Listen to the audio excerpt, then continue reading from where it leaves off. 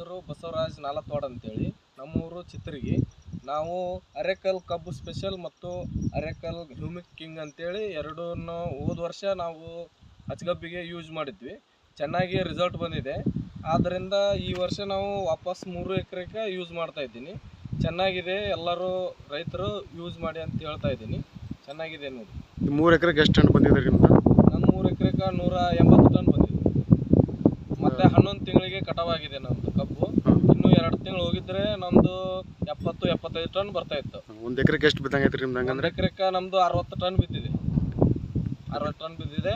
ಮತ್ತು ಜಾಸ್ತಿ ಇದು ಯೂಸ್ ಮಾಡಿದಲ್ಲೇ ಜಾಸ್ತಿ ಇಳುವರಿ ಬಂದಿದೆ ನಮಗೆ. ಅರ್ಧ ಈಗ 1 ಎಕರೆಗೆ ಯೂಸ್ ಮಾಡಿದ್ವಿ, ಅಲ್ಲಿ 70 ಟನ್ 75 ಟನ್ ತನಕ ನಮ್ದು ಇಳುವರಿ ಅಲ್ಲೇ ಬಂದಿದೆ.